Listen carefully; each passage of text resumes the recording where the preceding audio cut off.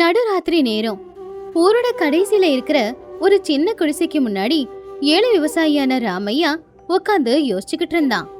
அந்த நிலா ஒளி அவனுடைய முகத்துல பட்ட அவன் முகம் தெளிவா தெரிஞ்சுக்கிட்டு இருந்தது. அவன் கண்ணுல 1008 கவலை, ஆனா அவன் மூளையில பலவிதமான யோசனை. உன் படைப்பு எவ்வளோ வித்தியாசமானது கடவுளே. இந்த பூமியில எந்த விதைய போட்டா நல்லா விளைச்சல் வரும், எந்த வானிலையில பயிர் வச்சா விளைச்சல் நல்லா வரும் அப்படின்னு தெரிஞ்சுக்கிற அறிவை எனக்கு கொடுத்தியே. ஆனா அந்த அறிவை பயன்படுத்தி பழைக்கிறதுக்கு 1 ஏக்கர் பூமியாவது கொடுத்தியா? 1000கணக்கில் சம்பாதிக்கிற அளவுக்கு எனக்கு அறிவு இருக்கு. ஆனா இப்ப என் கையில ஒத்த ரூபா கூட இல்லையே. என் பொண்டாட்டி ஒட்டு போட்ட புடவைய கட்டிக்கிட்டு சுத்தும் போது என் மனசெல்லாம் வலிக்குது. இந்த வறுமை என்னை பாடா படுத்திக்கிட்டு இருக்கு. என் கண்ணு முன்னாடி திறமை இல்லாதவங்க கூட சந்தோஷமா இருக்காங்க. ஆனா நான் அவங்க வீட்டு வாசல போய் மிதிச்சு எனக்கு உதவி பண்ணுங்கன்னு கேட்குறேன். என் நிலைமை மாறாதா? என்னோட வறுமை போகவே போகாதா? அப்பதான் குடிசைக்குள்ள இருந்து ராமையாவோட பொண்டாட்டியான சீதா ஒரு சாதாரண நூல் புடவையை கட்டிக்கிட்டு வெளியில வந்தா. அவ ஏதோ யோசிச்சுக்கிட்டு இருக்கிற புருஷனை பார்த்து, என்னங்க இன்னும் தூங்கலையா? நடுராத்திரி ஆகுது, கண்ணெல்லாம் செவந்திருக்கு பாருங்க, நல்லா படுத்து தூங்குங்க. உங்க மனசுக்குள்ள ஏதோ சூறாவளி காத்து வீசுதுன்னு எனக்கு புரியுது. எதுக்காக இப்படி தேவையில்லாம ஏதேதோ யோசிச்சு உங்க உடம்ப நீங்க வீணாக்கிக்கிறீங்க? என்ன யோசிக்க போறேன் சீதா? என்னோட நிலைமைய நினைச்சு புலம்புறத தவிர நான் எல்லாருக்குமே யோசனை கொடுக்கறேன். ஆனா என் வயிற்று பசிய போக்குறதுக்கு என்கிட்ட யோசனை இல்லையே. ஜமீன்தார்கிட்ட குத்தகைக்கு பூமியை வாங்கி விவசாயம் பண்ணலான்னு நினைச்சாலும் ஆனா அவருக்கு கொடுக்க என்கிட்ட பணம் இல்லையே. என்ன நம்பிக்கையில பூமியை கொடுக்கறதுன்னு கேட்கறாங்க. என் அறிவெல்லாம் மண்ணோட மண்ணாதான் போக போதா? உன்னை மகாராணி மாதிரி வச்சு பார்த்துப்பேன்னு உங்க அப்பாவுக்கு வாக்கு கொடுத்தேன். ஆனா ஒருவேளை சாப்பாடு கூட உனக்கு போட முடியாத நிலைமையில தானே இருக்கேன். தயவு செஞ்சு இப்படி எல்லாம் சொல்லாதீங்க. உங்ககிட்ட பணம் இல்லைன்னா என்ன? மலை மாதிரி உங்களுக்கு தைரியமும் இருக்கு, அந்த கடல் மாதிரி உங்களுக்கு அறிவும் இருக்கு. என்னைக்காவது ஒரு நாள் நிச்சயமா அந்த கடவுள் உங்களுக்கு ஒரு நல்ல வழிய காட்டுவாரு. முதல்ல படுத்து தூங்குங்க. நாளைக்கு காலையில போய் குத்தகைக்கு வாங்கின நிலத்துல விவசாயம் பண்ண வேண்டாமா? ஏன் தேவையில்லாம யோசிக்கிறீங்க? அடுத்த நாள் காலையில ராமையா வயலுக்கு வேலைக்கே கிளம்புனா. அவனுடைய தோல்ல கலப்பு போட்டுக்கிட்டு இருந்தான். ஆகாயம் அமைதியா இருந்துச்சு, சில்லுன்னு காத்து வீசுச்சு. அப்ப ராமையா அவனுடைய மனசுக்குள்ள, காத்துல இருக்கிற ஈரப்பதத்தை பார்த்தா மழை இந்த தடவை வேகமா வரும் போலயே. மண்ணில் இருக்கிற ஈரப்பதம் ஏற்கனவே கீழே போயிடுச்சு. இந்த வானிலைக்கு நெல்லை பயிரிட்டா நெல் வீணாதான் போகும். ஆனால் அதுக்கு பதிலாக சோளமோ இல்லை வேற எதனா பருப்பு வகைகளோ பயிரிட்டா விளைச்சல் நல்லா வரும். நான் நினைக்கிறது மட்டும் இந்த தடவை சரியா இருந்தா என்னோட கடன் மொத்தத்தையும் நான் இந்த விளைச்சல்ல அடைச்சிடுவேன். அப்படியே யோசிச்சுக்கிட்டே போய்கிட்டு இருந்த ராமையாவுக்கு வழியில அவனுடைய பாலி நண்பர்களான ரங்கையாவும் வீரையாவும் கிடைச்சாங்க. அவங்க கிட்ட பேச ஆரம்பிச்சான். என்ன ரங்கையா வீரையா சும்மா உட்காந்துக்கிட்டு இருக்கீங்க? மழை காலம் வரப்போகுது, வேலையை ஆரம்பிக்கலையா? என்ன வேலையை ஆரம்பிக்க சொல்ற ராமையா? போன வருஷம் நெல்லை பயிர் வச்சு எல்லாமே வீணா போச்சு. இந்த வருஷமும் அதே மாதிரி நெல்லை பயிர் வைக்க பயமா இருக்கு. ஆனா அடுத்து என்ன பண்றதுன்னு எனக்கு தெரியல. ஆமா ராமையா, அந்த ஜமீன்தாருக்கு கொடுக்க வேண்டிய குத்தகை பணம் கூட எங்ககிட்ட இல்லை. அவரை பத்தி உனக்கு தெரியும் தானே? என் வீட்டை ஜப்தி பண்றேன்னு சொல்லியிருக்காரு. என்ன பயிர் வைக்கிறது, எப்படி சம்பாதிக்கிறதுன்னு தான் புரியல. ஏதாவது ஆறோ குளமோ தான் பார்த்துக்கணும் போல. என் பேச்ச கேளுங்கடா. உசுர மாச்சிக்கிறது எல்லாத்துக்கும் சரியான வழி இல்லை. இந்த வருஷம் மழை கொஞ்சம் சீக்கிரமா தான் வரும். காத்தும் வேற மாதிரி தான் இருக்கு. நெல்லை பயிரிடாம சோளமோ இல்லை வேற ஏதாவது தானியமோ பயிர் வைங்க. அதிகமா தண்ணி தேவைப்படாது. நானும் என்னோட 2 ஏக்கர் வயல்ல அதை தான் போட போறேன். என்ன நம்புங்க. என்ன ராமையா சொல்ற நீ? எப்பவுமே மழை காலம் வரும்போது நெல்லை பயிரிடுறது தானே வழக்கம். நீ என்னமோ வேற எதையோ பயிர் வைக்க சொல்றியே. வேற எதனா பயிர் வச்சு அப்புறம் விளைச்சல் சரியா வரலன்னு வச்சுக்கோ, எங்க சாபம் உன்னை சும்மா விடாது. அப்படி சொல்லாத ரங்கையா. இந்த மண்ணை பத்தி நம்மளை விட ராமையாவுக்கு நிறைய தெரியும். அவன் சொல்றது எப்பவும் சரியாதான் இருக்கும். சரி ராமையா, இந்த தடவை நீ சொல்றதால வேற பயிர் வைக்கிறேன். நிச்சயமா சரியா வரும்னு நம்புறேன். ராமையா சரி அப்படின்னு சிரிச்சுக்கிட்டு அங்கிருந்தே போயிட்டான். 3 மாசமும் போச்சு. மதிய நேரம் ராமையா சொன்ன மாதிரியே மழை ரொம்ப சீக்கிரமா நின்னு போச்சு. வெயில் அதிகமாச்சு. யாரெல்லாம் நெல்லை பயிரிட்டாங்களோ அவங்க விளைச்சல் எல்லாமே காஞ்சி போய் பூமியே வறண்டு போச்சு. விவசாயிங்க எல்லாரும் பாவம் ரொம்ப கவலையா அழுதுகிட்டு இருந்தாங்க. ஆனா ராமையா வீரையாவோட வயல்ல விளைஞ்ச விளைச்சல் மட்டும் எந்த ஒரு பிரச்சனையும் இல்லாம நல்லபடியா விளைஞ்சுகிட்டு இருந்துச்சு. அத பார்த்து ஊஜனங்க எல்லாரும் ஆச்சரியப்பட்டாங்க. ராமையாவோட பொண்டாட்டியான சீதா வயல்ல வேலை செய்யும் போது அந்த ஊரை சேர்ந்த லக்ஷ்மி அங்க வந்தா. ஏன் சீதா, உன் வீட்டுக்காரருக்கு இந்த மாய மந்திர வித்தை ஏதாவது தெரியுமா என்ன? ஊர்ல இருக்கிற எல்லாரும் நெல்ல பயிரிட்டு இப்ப எல்லாத்தையும் இழந்து நிக்கும் போது உன் வீட்டுக்காரர் மட்டும் சோளத்தை விளைய வச்சு நல்ல ஏப்பா காய்ச்சிருக்கு போலியே. இப்ப இந்த ஊர்ல எல்லாரு வாயிலையும் உன் புருஷனோட பேரு தான் அடிப்படுது. என் வீட்டுக்காரருக்கு மாயமந்திர வித்தை தெரியாது லக்ஷ்மி. ஆனா மண்ணோட பேசுற மொழியும் அவருக்கு தெரியும். காத்து வீசுற தசை, காத்துல இருக்கிற ஈரப்பதம், மண்ணுல இருக்கிற ஈரப்பதம், இது எல்லாத்தையும் பார்த்து எப்போ எதை போட்டா நல்லபடியா விளையும் அப்படின்னு அவருக்கு தெரியும். இந்த தடவை எங்க வயல்ல விளைச்சல் நல்லா வருது. இனி எங்களுக்கு எந்த கஷ்டமும் இல்ல. அப்போ அதே ஊர்ல வாழ்ந்துகிட்டு இருந்த ரொம்ப பெரிய பணக்காரரான ஜமீன்தார் கஜபதி மட்டும் ரொம்பவும் கோவத்தோட ஊஞ்சல்ல உட்காந்துக்கிட்டு இருந்தாரு. ஏன்னா அவருடைய 100 ஏக்கர் விளைச்சலும் வீணாதான் போச்சு. அவரு கவலையா இருக்கும்போது அவர்கிட்ட வேலை பார்க்குற சாம்பையா அங்க வந்தான். சாம்பையா, என்ன இது? என்னோட 100 ஏக்கர் வயல்ல விளைச்சல் வீணா போச்சு. ஆனா என்கிட்ட குத்தகைக்கு எடுத்த அந்த ராமையாவோட வயல்ல விளைச்சல் நல்லா வந்திருக்கே. இது எப்படி சாத்தியமாச்சு? அவன் என்ன தாண்டி போறானா? பல தலைமுறையா நாங்க சம்பாதிச்ச பணத்தை அந்த ஏழை விவசாயி இப்ப சம்பாதிக்க போறானா? என் காலடியில கிடக்க வேண்டிய புழு அவன் என்ன தாண்டி எப்படி வளருவான்? ஐயா, கோவப்படாதீங்க. அவன் ரொம்ப புத்திசாலிங்க. எப்ப எந்த பயிரை வைக்கணும்னு அவனுக்கு நல்லா தெரியுங்க. இந்த தடவை வந்த விளைச்சலை வித்து உங்க மொத்த கடனையும் அடைக்க போறானாமா. நாளைக்கு அவன் சொந்தமா ஒரு விவசாய நிலத்தை வாங்கி இங்க விவசாயம் பண்ணாலும் ஆச்சரியப்படுறதுக்கு இல்ல. அப்படி மட்டும் செஞ்சிட்டான்னு வச்சுக்கோங்க, ஊர் ஜனங்க மொத்த பேரும் அவனை தான் மதிப்பாங்க. அந்த வாய்ப்பை நான் அவனுக்கு கொடுக்க மாட்டேன் சாம்பையா. விளைச்சல் அவன் கைக்கு போக கூடாது. இன்னைக்கு ராத்திரியோட ராத்திரியா ஊரோட அணைக்கட்டை உடைச்சி விட்டுடுங்க. அந்த ஆத்து தண்ணி மொத்தமா அவனுடைய வயலுக்கு போய் வயல்ல இருக்கிற விளைச்சல் எல்லாம் வீணா போகணும். விளைச்சல் எப்படி மண்ணோட மண்ணா போகுமோ அதே மாதிரி தான் அவனும் மண்ணோட மண்ணா போகணும். ஓ, நான் சொன்னதை செஞ்சிட்டு வா. சாம்பையா சரி அப்படிங்கிற மாதிரி தலையசிச்சு அங்கிருந்து போயிட்டான். அடுத்த நாள் காலையிலேயே ராமையா எழுந்திருச்சு அறுவடை செய்யலாம் அப்படின்னு வயலுக்கு வந்து பார்த்தவனுக்கு ஒரு ஆச்சரியம் காத்துக்கிட்டு இருந்துச்சு. ஏன்னா ஆத்தோட அணைக்கட்டு ஒடிஞ்சு போய் தண்ணி மொத்தமா அவனுடைய வயலுக்குள்ள வந்து விளைஞ்சிருந்த சோளம் எல்லாமே வீணா போச்சு. எல்லாமே அப்படியே தண்ணியோட தண்ணியா மண்ணோட மண்ணா போயிடுச்சு. கடவுளே, என்ன இது அநியாயம்! இன்னைக்கு கைக்கு வர வேண்டிய விளைச்சல் எல்லாம் இப்படி மண்ணோட மண்ணா போயிருக்கே. மழை கூட பெய்யலையே. அப்படி இருக்கும்போது ஆத்து தண்ணி எப்படி என்னோட வயலுக்கு வந்திருக்கு? இது எல்லாம் அந்த கஜபதியோட வேலைதான் எனக்கு தெரியுது. என் வயல்ல விளைஞ்ச விளைச்சலை பார்த்து பொறாமப்பட்டு இப்படி என் முதுகுல வந்து குத்திட்டானே. இவன் செஞ்சதால நான் மட்டும் இல்ல, என் எதிர்காலமும் வீணா போச்சே. என் ஆசையெல்லாம் இப்படி மண்ணோட மண்ணா போயிடுச்சே. இப்ப நான் என்ன செய்யறது? எப்படி நான் அந்த ராட்சசனுக்கு பணத்தை கொடுப்பேன்? நான் மறுபடியும் போய் அவனுடைய காலடியில விழுந்து கிடக்கணுமா? என் பொண்டாட்டி கழுத்துல இருக்கிற தாலியையும் அவனுக்கு தரணுமா? இதெல்லாம் ஒரு வாழ்க்கையா? அநியாயம் கடவுளே. ஏழைங்க எப்பவும் கஷ்டப்பட்டுக்கிட்டே தான் இருக்கணுமா? ராமையா அவனுடைய வயலையும் வயலோட நிலைமையும் விளைஞ்ச விளைச்சல் எல்லாமே வீணா போனதை பார்த்து அதே இடத்துல உட்காந்து பயங்கரமா அழ ஆரம்பிச்சிட்டான். அவன் சுத்தம் அவனுடைய தைரியத்தை இழந்துட்டான். 2 நாளுக்கு அப்புறமா ஒரு நாள் ராத்திரி நேரம் ராமையா தட்டுல போட்டிருந்த சாப்பாடு கூட சாப்பிடாம கண்ணு செவக்க செவக்க ஏதோ யோசிச்சுக்கிட்டு இருந்தான். சீதா பக்கத்திலேயே தான் இருந்தா. புருஷன் சாப்பிடாம இருக்கிறது அவளுக்கு ரொம்ப கவலையா இருந்துச்சு. ஏங்க இப்படி அழுதுகிட்டே இருக்கீங்க? அந்த கஜபதி எவ்வளவு பெரிய ராட்சசன் உங்களுக்கு தெரியாதா? அவன் மண்ணெல்லாம் வீணா போய் உங்க மண்ணுல விளைச்சல் விளைஞ்சா மட்டும் அவன் சந்தோஷமா இருப்பானா? அவன் கிட்ட நிலத்தை குத்தகைக்கு வாங்கி விவசாயம் செய்யற நீங்க நல்லா இருக்கும்போது அதை பார்த்துட்டு அவனால சும்மா இருக்க முடியுமா? அதனாலதான் அப்படி பண்ணிருப்பான். நீங்க பெருசா எடுத்துக்காதீங்க. இல்ல சீதா, நான் தோத்து போகல. நான் அழுகுறதெல்லாம் என் விளைச்சல் வீணா போச்சே அப்படிங்கிறதுக்காகத்தான். ஒரு மனுஷனை சூழ்ச்சி பண்ணி அழிக்க முடியும், ஆனா அவனுடைய அறிவை யாராலையும் அழிக்க முடியாது. அவன் என் வயலுக்கு ஆத்து தண்ணியை விட்டான் இல்லையா? அந்த ஆத்து தண்ணியால என் வயலெல்லாம் இப்ப சேரா இருக்கு.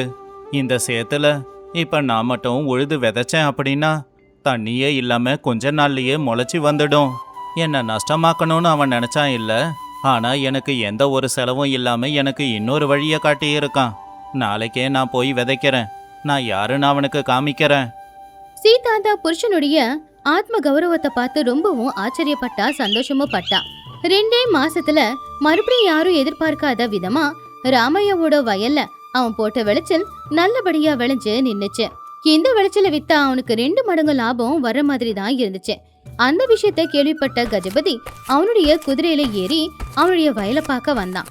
பச்சை பசேல் இருக்கிற வயல், அதுல விளைஞ்சிருக்கிற விளைச்சல பார்த்து அவன் ரொம்ப ஆச்சரியப்பட்டான்.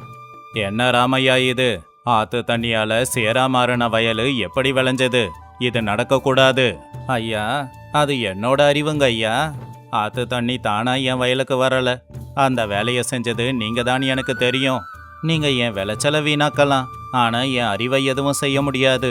எப்ப விதைச்சா எப்படி முளைக்கும்ன்ற அறிவை இந்த மண்ணு எனக்கு சொல்லி கொடுத்துருக்கு.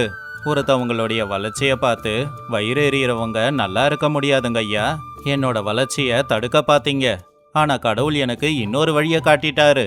உங்க குத்தக பணத்தை உங்க முகத்துல தூக்கி எறிஞ்சிட்டு சீக்கிரமே நான் இன்னொரு பூமியை எனக்காக வாங்குவேன். ராமையா சொன்னது கேட்டு கஜபதி அவமானம் தாங்க முடியாம தலை குனிஞ்சி நின்னுக்கிட்டு இருந்தான். அப்பதான் அந்த ஊரோட தலைவர் அந்த இடத்துக்கு வந்தாரு. கஜபதி, பணம் இருக்கிற திமிரில் ஒரு ஏழையோட வயித்துல அடிக்க பாத்தீங்கல்ல. ஆனா ராமையாவோட அறிவை ஜெயிக்க முடியாம நீங்க இப்ப தோத்து போய் தான் நின்னுக்கிட்டு இருக்கீங்க. ராமையா, உன்ன மாதிரி ஒருத்தன் எங்க ஊர்ல இருக்கிறது எங்களுக்கு பெருமை. ஊஜனங்க கைய தட்டி ராமையாவை மனசார பாராட்டிக்கிட்டு இருந்தாங்க. ராமையா சீதாவோட முகத்துல சந்தோஷம் தெளிவா தெரிஞ்சுது. அவங்க 2 பேருடைய கஷ்டமும் தீர்ந்துச்சு. இந்த கதையில இருக்கிற நீதி என்னன்னா, ஒருத்தனுடைய வளர்ச்சியை பார்த்து நாம பொறாமப்பட்டு ஏதாவது செஞ்சா அப்போதைக்கு நமக்கு சந்தோஷம் கிடைக்கலாம். ஆனா நாம செஞ்ச தப்புக்கும் பாவத்துக்குமான பலனை நாம அனுபவிச்சுதான் ஆகணும். ஒருத்தனுக்கு அறிவும் உழைக்கிற எண்ணமும் இருந்தா அவனை யாராலையும் தோக்கடிக்க முடியாது. வெங்கடாபுரம் அப்படிங்கிற கிராமத்துல சோனு மழை பெஞ்சுக்கிட்டு இருந்துச்சு. பகல் நேரமே இரவு மாதிரி தான் இருந்துச்சு. அந்த ஊரோட எல்லையில இருக்கிற ஒரு சின்ன குடிசையில பார்வதி அம்மா அப்படிங்கிற பாட்டி தனியா உட்காந்துக்கிட்டு இருந்தாங்க. வீட்டோட கூரையிலிருந்து மழை தண்ணி வீட்டுக்குள்ள சொட்டிக்கிட்டு இருந்துச்சு. பாவம், அந்த தண்ணியில பழைய கிழிஞ்சு போன புடவைய கட்டிக்கிட்டு அந்த பாட்டி தனியா தான் உட்காந்துக்கிட்டு இருந்தாங்க. அவங்க கடந்த 2 நாட்களா கொஞ்சம் கூட சாப்பாடு சாப்பிடவே இல்லை. பாவம், அவங்களால அந்த குளிரையும் கூட தாங்கிக்க முடியல. என்ன தலையெழுத்து எழுதி வச்சிருக்கே கடவுளே, 4 நாளாச்சு நான் சாப்பிட்டு. வயிற்றுல தண்ணியை தவிர வேற எதுவுமே இல்லையே. எதுக்காக இவ்வளவு கஷ்டத்தை எனக்கு கொடுக்கற? ஏற்கனவே பசி தாங்க முடியாம உயிருக்கு நான் போராடிக்கிட்டு இருக்கும் போது என்னோட உசுரை எடுக்கிற மாதிரி எதுக்காக இப்ப இந்த மழையை கொடுத்து என் வீட்டுக்குள்ள கூட என்ன உட்கார விடாத அளவுக்கு என்ன துன்புறுத்துற? நான் உனக்கு என்ன பாவம் செஞ்சேன்? எனக்குன்னு யாருமே இல்லாம தனிமையில நான் வாழ்ந்துகிட்டு இருக்கிறதே கொடுமை அப்படின்னா அந்த வாழ்க்கையை இன்னும் கொடுமையாக்குற உரிமையை உனக்கு யார் கொடுத்தது? என் புருஷன் உசுரோட இருக்கும்போது அவரு இதே ஆத்துல இருந்து மீனை பிடிச்சிட்டு வந்து கொடுத்தா அதுல அவருக்கு பிடிச்ச மாதிரி காரசாரமான வறுவல் செஞ்சு கொடுப்பேன். 2 பேருமே உட்காந்து சந்தோஷமா சாப்பிட்டுக்கிட்டு இருப்போம். அவரு இருக்கும்போது இந்த வீடு ஒரு கோவில் மாதிரி இருந்துச்சு. ஆனா இன்னைக்கு என் குடிசையே எனக்கு நரகமா மாறிடுச்சு. என் புருஷனை கூப்பிட்டுக்கிட்டியே, கூடவே என்னையும் கூப்பிட்டுக்கிட்டு இருந்திருந்தனா இவ்வளவு கஷ்டத்தை நான் அனுபவிக்க வேண்டிய நிலைமையே எனக்கு வந்திருக்காது இல்லையா? எனக்கு மட்டும் எதுக்காக இப்படி ஒரு தண்டனை அப்படின்னு பார்வதி அம்மா அழுதுகிட்டு இருக்கும்போது மலையிலிருந்து தப்பிக்கிறதுக்காக ஊரோட ஜமீன்தாரான ராமச்சந்திரையாவும் அந்த ஊரோட வட்டி வியாபாரியான ரங்கையாவும் கொஞ்ச நேரம் நின்னுட்டு போலாம் அப்படிங்கிறதுக்காக பாட்டியோட வீட்டு வாசல்ல நின்னுக்கிட்டு இருந்தாங்க. என்னங்க ஐயா ஜமீன்தார் ஐயா, இந்த குடிசைக்கு வர வேண்டிய நிலைமை நமக்கு வந்துடுச்சே. உள்ள அந்த கிழவிய பாருங்க, எப்ப பார்த்தாலும் அழுதுகிட்டே தான் இருக்கு. எல்லாம் நம்ம நேரம். ஆமா ரங்கையா, இவங்க யாரும் கஷ்டப்பட்டு உழைச்சி பணம் சேர்த்து வைக்க மாட்டாங்க. ஆனால் எப்போ பார்த்தாலும் பசி பசின்னு கத்திக்கிட்டே தான் இருப்பாங்க. இவங்க முகத்தை பார்த்தாலே எனக்கு கோபம் வருது. மழை நின்னதும் இங்கிருந்து போகணும். ஐயா, நான் சாப்பிட்டு 2 நாள் ஆச்சுங்க ஐயா. பசியில எனக்கு மயக்கமே வந்துரு போல இருக்குங்க ஐயா. பெரிய மனுஷங்க என் வீட்டு வாசலுக்கு வந்திருக்கீங்க. பெரிய மனசு பண்ணி தயவு செஞ்சு எனக்கு சாப்பிட ஏதாவது இருந்தா கொடுங்கய்யா. இல்ல 2 ரூபாய் கடனையாவது கொடுத்துட்டு போங்கய்யா. அப்பா வந்துட்டியா? இன்னைக்கோ நாளைக்கோன்னு இருக்க. உனக்கு கடனை கொடுத்துட்டு என் தலையில துண்டை போட்டுக்கணுமா? ஒழுங்கு மரியாதையா உள்ள போ. கொஞ்ச நேரம் எங்களை நிம்மதியா நிக்க விடு. மழை விட்டதுக்கு அப்புறமா ஜமீன்தாரும் ரங்கையாவும் அங்கிருந்து கிளம்பிட்டாங்க. பொல்ல குட்டி இல்லாதவளுக்கு வாழ்க்கை எதுக்கு? அந்த குடிசை இடிஞ்சு விழுற மாதிரி தான் இருக்கு. அந்த குடிசை இடிஞ்சு விழுந்துடுச்சு அப்படின்னா அந்த இடத்த நாம எடுத்துக்கலாங்க ஐயா. அவங்க போனதுக்கு அப்புறமா பாவம் பாட்டி ரொம்பவுமே கவலைப்பட ஆரம்பிச்சாங்க. பணம் இருக்கிறவங்களுக்கு ஏழைங்களோட பசியை பத்தி தெரியாது. இவங்க கிட்ட எல்லாம் பணம் இருந்து என்ன புண்ணியம்? அதுலயும் இந்த வட்டி வியாபாரி ரங்கையா இருக்கானே, அவன் ரொம்பவுமே மோசமானவன். ஊர்ல இருக்கிற அத்தனை பெரிய ஏமாத்தி பணம் சம்பாதிக்கிறான். அவன் பணத்துல எனக்கு ஒருவேளை கஞ்சி கொடுத்தாலுமே அது பாவம்தான். ஆனா நான் இப்ப என் வாழ்க்கையை எப்படி வாழ போறேன்? கொஞ்சம் நேரம் ஆச்சு. மழை அதிகமா பெய்யல, ஆனா தூறல் போட்டுக்கிட்டே இருந்துச்சு. பார்வதி பாட்டியோட வீட்டுக்கு பக்கத்துல இருக்கிற கால்வாயில இப்ப தண்ணி நிறைஞ்சு ஓடிக்கிட்டு இருந்துச்சு. பாவம் பாட்டிக்கு பசியால வயிறே வலிக்க ஆரம்பிச்சுது. பாட்டி அடி மேல அடி எடுத்து வச்சு மயங்கி விழுற நிலைமையில கூட ரொம்பவும் கஷ்டப்பட்டு அந்த கால்வாய்க்கு போய் சேர்ந்தாங்க. ஆனா வீசுற குளிர் காத்துக்கு பாவம் பாட்டியால தைரியமா முன்னாடி நடந்து போக முடியல. ஆனா எப்படியோ கஷ்டப்பட்டு தைரியத்தை வரவழைச்சுக்கிட்டு அவங்க நடந்து போய்கிட்டு இருந்தாங்க.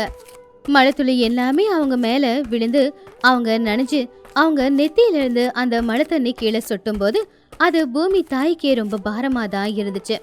இத்தனை வருஷமா கஷ்டப்பட்டு உழைச்ச அந்த 2 கைகளும் 2 காலங்களும் இப்போ அவங்களுடைய பசிய போக்குறதுக்காக கஷ்டப்பட்டு போராடுற நிலைமைக்கு வந்துருந்துச்சு.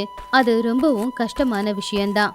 பாட்டி கஷ்டப்பட்டு அந்த கால்வாய் பக்கத்துல வந்து உத்து பார்க்கும்போது அந்த கால்வாயில தண்ணி அதிகமா வந்ததுனால ஆத்துல இருக்கிற தண்ணியும் சேர்ந்து வந்ததுனால அந்த ஆத்துல இருக்கிற மீனுங்க எல்லாமே இப்போ கால்வாயிலையும் துள்ளி குதிச்சுது. கடவுளே, இப்பவாவது என் மேல கருணை வந்துச்சு அவனுக்கு.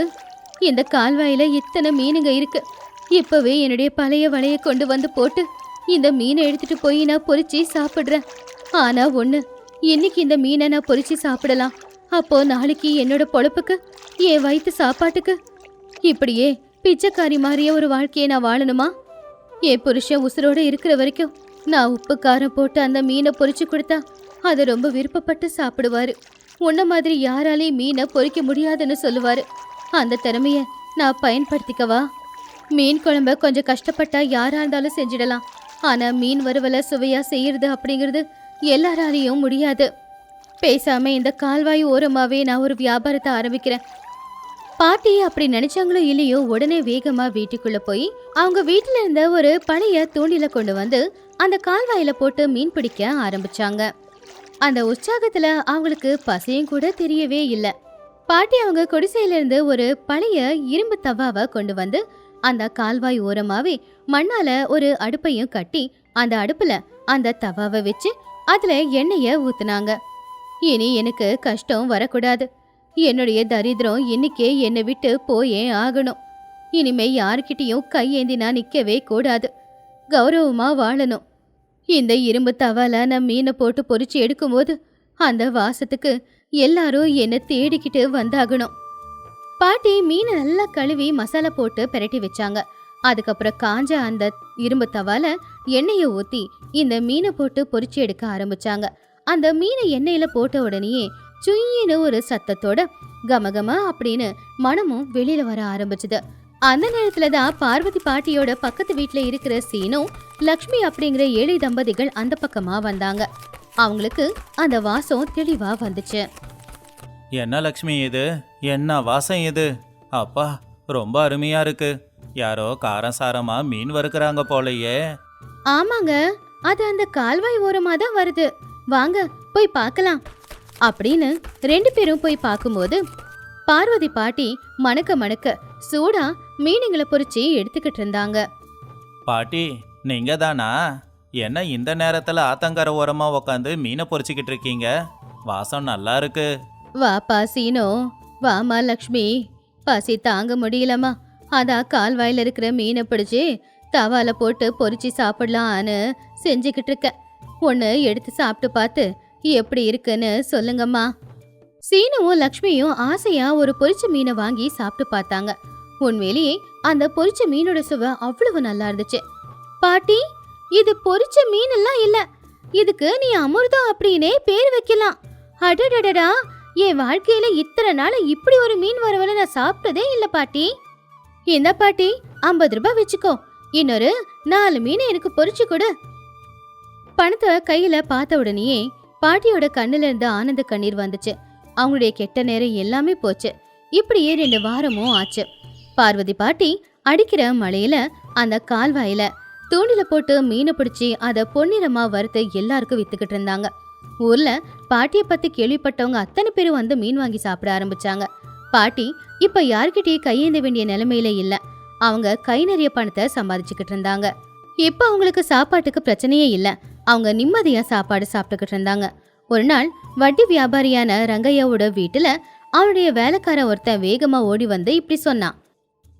ஐயா, ஒரு மாசத்துக்கு நீங்க வட்டி வியாபாரத்துல எவ்வளவு பணம் சம்பாதிக்கிறீங்களோ அதை விட அதிகமா அந்த பாட்டி இருக்காங்களே, அவங்க ஒரு சின்ன கடையில மீனை பொரிச்சு எடுத்து உங்களை விட அதிகமாவே சம்பாதிக்கிறாங்க ஐயா. என்னது, நேத்து வரைக்கும் என்கிட்ட பிச்சை எடுத்துக்கிட்டு இருந்த அந்த கிழவி இன்னைக்கு என்னை விட அதிகமா சம்பாதிக்கிறாளா? இதை கேட்கறதுக்கு வேணும்னா நல்லா இருக்கலாம், ஆனா எனக்கு பிடிக்கல. அந்த கால்வாயி என்னோட வயலுக்கு பக்கத்துல தானே இருக்கு.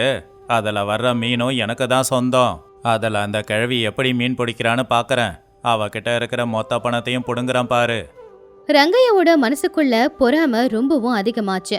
அவன் அவனுடைய வேலையாட்களோட சேர்ந்து பாட்டி மீன் சுட்டு கொடுக்குற இடத்துக்கு போய் பார்த்தப்போ அங்க நிறைய பேர் மீன் சாப்பிட்றதுக்காக நின்னுக்கிட்டு இருந்தாங்க. அப்போ இவனு கோவமா போய் பாட்டி கிட்ட ரொம்ப கோவமா பேச ஆரம்பிச்சான்.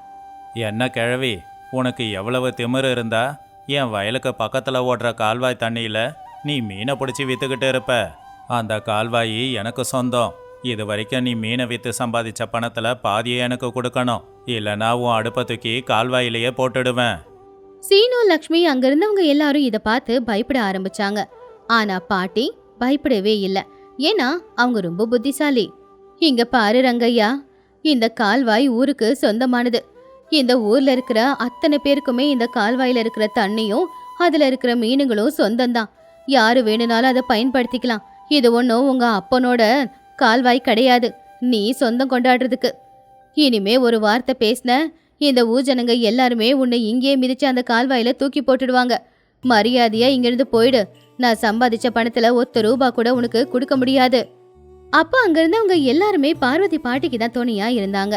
ஆமா, பாட்டி கஷ்டப்பட்டு உழைக்கிறாங்க, அந்த உழைச்ச பணத்தை புடுங்க பாக்குறே உனக்கு வெக்கமா இல்லையான்னு கேட்டாங்க. ரங்கையா அவமானப்பட்டதுனால அதை தொடக்கிறதுக்கு கத்திக்கிட்டு இருந்தான். அப்பதான் அந்த ஊரோட ஜமீன்தார் அந்த இடத்துக்கு ஓடோடி வந்தாரு. என்ன நடக்குது? ஆமா, இங்க என்ன சண்டை? இந்த வாசம் என் வீடு வரைக்கும் வந்துச்சு. என்னடா இது வாசம்னு அதை பிடிச்சிக்கிட்டே நான் இங்க வந்துட்டேன். ஐயா பாருங்க ஐயா, இந்த கிழவி நம்ம கால்வாயிலேயே மீனை பிடிச்சி வித்துட்டு ₹1 கூட நமக்கு தர மாட்டேங்கிறா. ஜமீன்தார் பாட்டி வறுத்துக்கிட்டு இருந்த அந்த மீன் இருக்கிற தவாவை பார்த்தாரு. காரசாரமா எண்ணெயில நல்லா பொரிஞ்சுக்கிட்டு கமகமன்னு மனமும் வந்துச்சு. அம்மா, முதல்ல நீங்க பொரிச்ச மீன் ஒன்றை எனக்கு சாப்பிட கொடுங்க. அதை சாப்பிட்டுட்டு எப்படி இருக்குன்னு சொல்றேன். பாட்டி சூடா நல்ல காரத்தை தட்டி போட்டு வறுத்தெடுத்த அந்த மீனை ஜமீன்தாருக்கு சாப்பிட கொடுத்தாங்க. ஜமீன்தார் அத ஒரே ஒரு துண்டு எடுத்து வாயில போட்டு சாப்பிட்டு, அடடா, இது மீன் இல்லம்மா, அமிர்தம். டே ரங்கையா, நீ கட்டுக்கட்டா பணம் சம்பாதிக்கிறதுல கிடைக்கிற சந்தோஷத்தை விட இந்த ஒரே ஒரு மீனை சாப்பிட்டா அதிக சந்தோஷம் கிடைக்குது. இந்த கால்வாயி ஊருக்கு சொந்தம். இதுல ஓடுற மீனை யார் வேணுனாலும் பிடிச்சி என்ன வேணாலும் பண்ணிக்கலாம். இத கேள்வி கேட்டா உன்னதாண்டா ஊரை விட்டு தள்ளி வைக்கணும். ரங்கையா அவமானத்துல தலை குனிஞ்சு அங்கிருந்து ஓடி போயிட்டான். அப்போ ஜமீன்தார் பாட்டி கிட்ட தைரியமா, அம்மா, உன் கையில ஒரு பெரிய வித்தையே வச்சிருக்க. அது உன்கிட்ட இருக்கிற வரைக்கும் உன்னை யாரும் அசைக்க முடியாது. நான் சாப்பிட்ட மீனுக்காக இந்த ₹100 வச்சுக்கோ. தினமும் 2 பொரிச்ச மீனை என் வீட்டுக்கு அனுப்பிடுமா. ஜமீன்தார் போனதுக்கு அப்புறமா சீனு லக்ஷ்மி 2 பேரும் வந்து பாட்டிய கட்டி பிடிச்சுக்கிட்டாங்க. கடவுளே, இனி கடைசி காலமே எனக்கு இல்ல. கூடிய சீக்கிரம் நான் இந்த பசியாலேயே சாக போறேன் அப்படின்னு நினைச்சுக்கிட்டு இருந்தேனே. ஆனா நான் இருக்கேன் அப்படின்னு சொல்லி நான் பொழைக்கிறதுக்கு ஒரு வழிய காட்டி இப்போ மொத்த ஜனங்களும் எனக்காக பேசுற அளவுக்கு கொண்டு வந்திருக்கேனா, நீ உண்மையிலேயே கடவுள்தாயா. இனி யாருக்கிட்டயோ கையேந்த வேண்டிய நிலைமை எனக்கு இல்ல. இனி நான் கௌரவமா வாழ்ந்துக்கலாம் அப்படின்னு சொல்லி பாட்டி லக்ஷ்மியையும் சீனுவையும் பார்த்து, எனக்குன்னு யாரும் இல்லாதப்போ நீங்க 2 பேரும் தான் எனக்கு துணையா இருந்தீங்க. இந்த பாட்டி செத்தா எனக்கு கொள்ளி வைக்க வேண்டியது உங்களுடைய பொறுப்பு அப்படின்னு சொல்லி அவங்க 2 பேரையுமே கட்டி பிடிச்சுக்கிட்டாங்க. அப்படி பாட்டிக்கு இனி எந்த பிரச்சனையும் இல்ல. அவங்க தைரியமா உரிமையோட கால்வாயில மீனை பிடிச்சு அதை பொரிச்சு எல்லாருக்குமே வறுத்து கொடுத்து சந்தோஷமா அவங்க வாழ்ந்துகிட்டு இருந்தாங்க. எப்பவுமே கஷ்டம் அப்படிங்கறது நிரந்தரம் கிடையாது. நம்மள கடவுள் என்னைக்குமே பார்த்துக்கிட்டே இருப்பாரு. நாம படுற கஷ்டம், நாம செய்யற பாவம், நாம செய்யற தப்புகள் எல்லாத்துக்கும் அவரு நன்மைகளையும் செய்வாரு, செய்யற தப்புக்கு அவரு தண்டனையும் கொடுப்பாரு.